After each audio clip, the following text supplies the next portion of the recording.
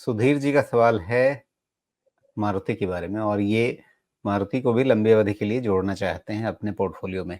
अब शायद पोर्टफोलियो में है और ज़्यादा बढ़ाना चाहते हैं या फिर जोड़ना चाहते हैं नया, जो भी तरीका हो, जो भी ये करना चाह रहे हैं, क्या मारुति के लिए कुछ ऐसे लेवल्स आपकी नज़र में आ रहे हैं जहाँ पर आपके मुँह में पानी आने लगे? नहीं, अभी नहीं है राजू जी। देखिए, अभी क्या है कि डायरेक्ट ऑटो प्ले में ना अभी मुझे लगता है कि थोड़ा संयम रखें। बहुत ज़्यादा प्राइस मूवमेंट हो चुका है।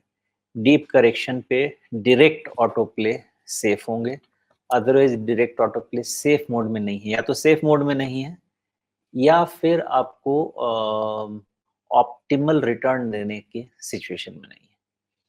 ऑटो एंसिलरी में अगर आप देखेंगे तो आपको बेहतर बेट मिल सकते हैं, मिलने चाहिए। लेकिन डायरेक्ट ऑटो प्ले जितने भी हैं, इसमें थोड़ा-सा समय दीजिए।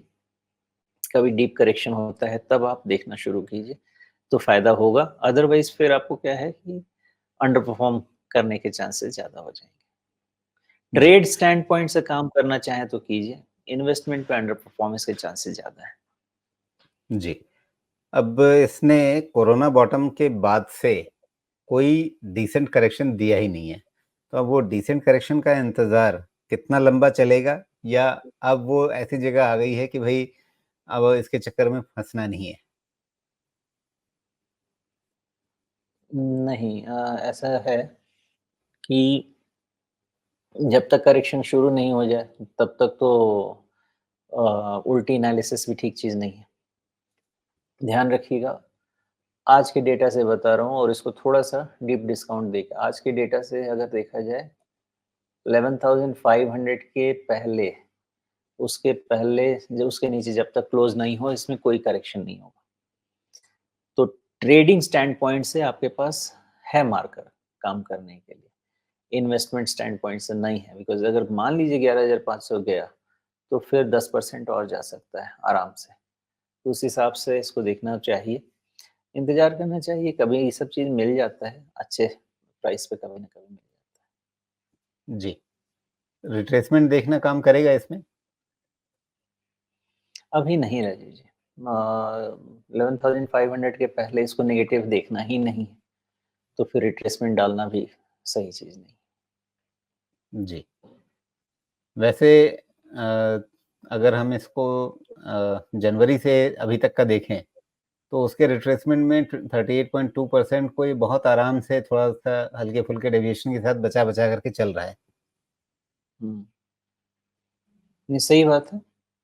वो हो सकता है उतना करेक्शन हो चुका है उसमें, इसलिए जब तक 11,500 के नीचे नहीं जाए, इसको वीक भी नहीं समझा। जी। वैसे एक बात बताइए, क्या शेयर भाव को ये पता होता है पहले से कि मेरा टॉप वहाँ बनेगा और इसलिए वो जो इम्पोर्टेंट रिट्रेसमेंट होते हैं, रिट्रेसमेंट तो टॉप बनने के बाद बनते हैं ना, लेकिन टॉप बनने के बाद जहाँ पे इम्पोर्टेंट रिट्रेसमेंट आते हैं, उन लेवल्स पे पहले से क्यों आपको इम्पोर्टेंट मूवमेंट्स दिखने लगते हैं कि वहाँ पे थोड़ा कंसोलिडेशन हो रहा है या कुछ ना कुछ वहाँ पे शेयर पहले से या तो रेजिस्टेंस ले रहा होता है या सपोर्ट ले रहा होता है?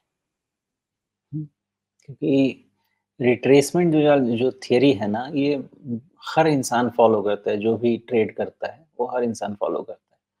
और जब वो हर कोई वो फ़ॉलो करेगा, तो स्टॉक बिहेवियर भी वैसा ही होगा ना। तो इस रिट्रेसमेंट का जब तक कोई दूसरा फ़ोर्स, कोई नया फ़ोर्स आके या तो ब्रेक ना करे या उस सपोर्ट को लेके कोई नया हाई ना बना दे, नहीं, तब तक मैं क्या हर एनालिस्ट मैं क्या वैसे ही समझना काम चाह रहा हूँ, करेगा। आपके सामने एक बॉटम बहुत क्लियर है, जनवरी का बॉटम हमने ले लिया। लेकिन यहाँ पर आपके सामने जुलाई में जाकर के एक टॉप बनता है 13,700 के आसपास। तो 13,700 पे टॉप बनेगा ये तो पहले नहीं मालूम है ना, लेकिन ये जो 23.6% रिट्रेसमेंट है उसके आसपास आप देख रहे हैं कई महीनों तक इसने रेजिस्टेंस लिया। वापस वहाँ से ये 38.2% के आसपास अभी टॉप बनने से पहले की बात हो रही है। उसने यहाँ पे सपोर्ट लिया। जो बिहेवियर टॉप बनने के बाद रिट्रेसमेंट का होता है, वैसा ही बिहेवियर हमें पहले से कैसे दिखने लगता है? वो एक्सटेंशन में भी रिट्रेसमेंट्स होते हैं राजू जी। तो ये जो प्राइस एक्सटेंड होता है ना, जैसे आप ये पैटर्न जो देख रहे हैं, ये स्टॉक कौन-सा है? मारुति ना? हाँ, जी, देखिए ये स्टॉक में एक पैटर्न बना है, वो राउंडिंग बॉटम का पैटर्न बना है, जो कि आपका 13,000 से नीचे करेक्टिव फेज़ लेके गया है। ओके। तो ये जो पैटर्न है ना, इसके एक्सटेंशन ऊपर बनते हैं, जो एक मेज़रमेंट जो दर्जी की तरह मेज़रमेंट किया जा सकता है इसका। और फिर रिटर्न में हमको लगता है कि ये तो यहाँ पे पहले ही सपोर्ट बना चुका है, लेकिन एक्चुअली क्या है, इसी पैटर्न का तो एक्सटेंशन जा रहा है। तो वापस इसीलिए कहा जाता है ना कि जो प्रीवियस हाई बनता है, वो जहाँ से ब्रेकआउट होता है, वो सपोर्ट पॉइंट हो सकता है। तो पैटर्न जो फर्दर फ्यूचर में भी बनता है, वो प्रीवियस पैटर्न का ही रिफ्लेक्शन होता है। जितना आप इधर जाते हैं, उतना नीचे भी आ सकते हैं, तो दोनों तरफ के पैटर्न बन सकते हैं।